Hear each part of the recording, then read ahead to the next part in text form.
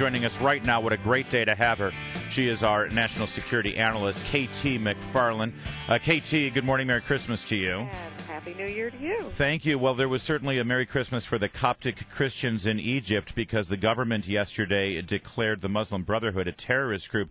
This is a huge story considering this Muslim Brotherhood, of course, was the government that was elected by Egyptians a year ago, and our government, the Obama administration, they seemed ready to deal with them, and they were ready to partner up with that Morsi government, and now that government is called, or the Muslim Brotherhood, the party is called a terrorist group. What are the ramifications here? They're huge, not only for Egypt and the sort of international Islamist terrorist movement, but also for Egyptian-U.S. relations. I was in Egypt in September, October. I was one of the first groups of American academics, foreign policy experts, to meet with the Egyptian leadership, and I had a private meeting, 2.5-hour meeting with General el-Sisi, and he made it very clear, as did the others we met, that the Muslim Brotherhood was closely affiliated and philosophically aligned with al-Qaeda, that they were receiving money from the same sources that fund al-Qaeda, that some of the Syrian the al-Qaeda people who were fighting in Syria were finding their way through the tunnels on the border with Gaza and making their way into the Sinai Peninsula, that they had set up training camps in the Sinai Peninsula, that they had sent foreign fighters into not only the Sinai but into Egypt itself. They said for the first time they were seeing foreign fighters who were coming in even into the urban areas, and they were girding for what they thought was a big fight. They said when it started happening was not recently, but when Morsi was elected president. So when the Muslim Brotherhood guy got to be president is when the Muslim Brotherhood started allowing these foreign al-Qaeda fighters into the country. And the army guy in charge of the Sinai told me, the major general said, look, we wanted to go in there and we saw it happening. We wanted to go in there and make sure that we nipped this in the bud. But the Muslim Brotherhood government would not let us do that. They not only encouraged them to come in, but they wouldn't let us do anything to stop them. So this has been growing. This has been coming. Now, why does it matter to us? Well, if Egypt falls, as goes Egypt, so goes the entire region. If al-Qaeda, which thought it was going to set up shop in Syria and use Syria as a base to attack governments throughout the region and destabilize governments and create chaos, if it thinks it can go into Egypt now and do that because Egypt is in political turmoil, it's in economic crisis, if al-Qaeda gets a foothold in Egypt and can destabilize Egypt and prevent the kind of stability Egypt needs for the tourists to come back and for foreign investment to come back, then Egypt could have a very imperiled future, and then the whole region. And that as Egypt goes the Middle East, as they all say. KT McFarland, though, I got to swing it back to the Obama administration and their relations with this country. I mean, anyone who's read The Looming Tower knows the connections between the Muslim Brotherhood and, especially in Egypt, and al-Qaeda. But here I'm looking at a picture right now of John Kerry, U.S. Secretary of State, May of this past year, sitting with President Morsi at the time of the Muslim Brotherhood, vowing to give up $1.3 billion over. And then in November, just 6 months later, John Kerry said that the Muslim Brotherhood stole the Egyptian revolution. Does the Obama administration look very feckless right now with how they're feckless throughout the region? I mean, look at the Syria thing. Bashar al-Assad was a reformer until they said, oh, you got to go.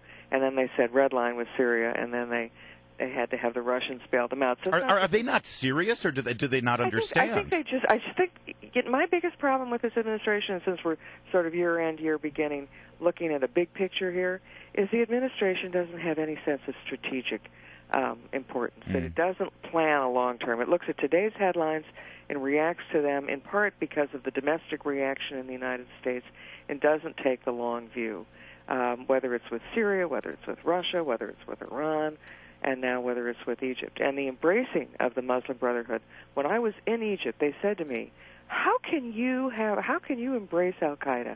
Al-Qaeda is killing you on one hand, and you are embracing them here in Egypt.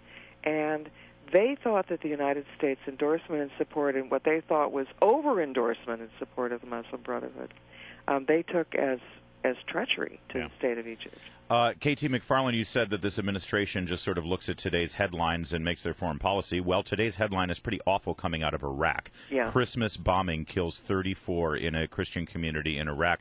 Is this a result of our pulling out of Iraq and not maintaining the security relationship we had hoped? I think that's the Obama administration snatched defeat from the jaws of victory. Now, the Bush administration totally screwed it up, but at the end, the surge was working. If we had found a way to keep a minimal presence of American forces there, then I think Iran, Iraq's neighbor, would not have felt comfortable basically going in and calling the shots. Iran is now running the major policies in Iraq, and war on Christians, that just fits right into their playbook. And it's a war on Christians not only in Iraq, but it's a war on Christians throughout the region. I mean, we're getting to the point where Bethlehem, the birthplace of Christianity and Jesus Christ, is a place where Christians aren't welcome. Yeah. So I think it's, again, the bigger picture is that this is a war not by all of Islam, not by every Muslim, but a certain percentage of them, radical Islamic Muslims, want to get rid of Christians, want to declare war on Christians, see this as a fight to the finish with Western civilization and Christianity, and we have been naive and blind to it. And KT McFarland, we're now seeing news reports of escalation in South Sudan, Ethiopia and Kenya trying to get involved there to quell things. Is this the next big bubbling pot ready to boil over?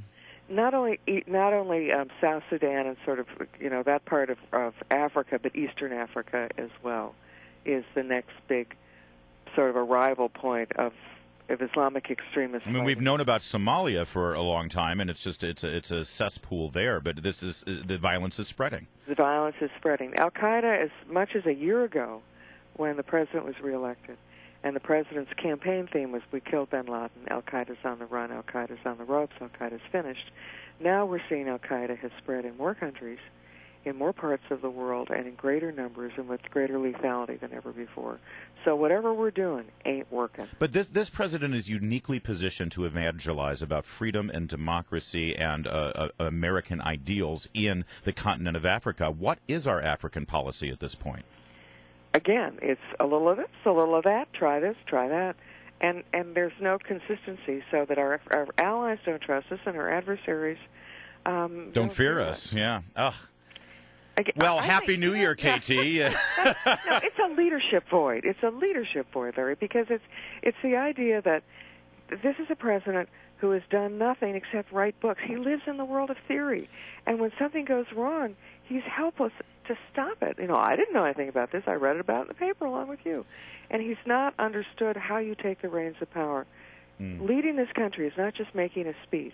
That may move opinion polls for a day or two, but it doesn't change policy. What's interesting is if the 2016 presidential election, if foreign policy is a major part of it, Hillary Clinton really can't criticize the Obama administration very much, since much of this is set up by her tenure as Secretary of State.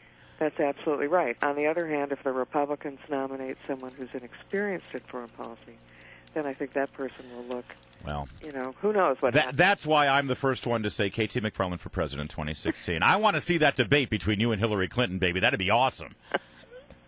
Dream on, sweetie. Happy New Year, KT.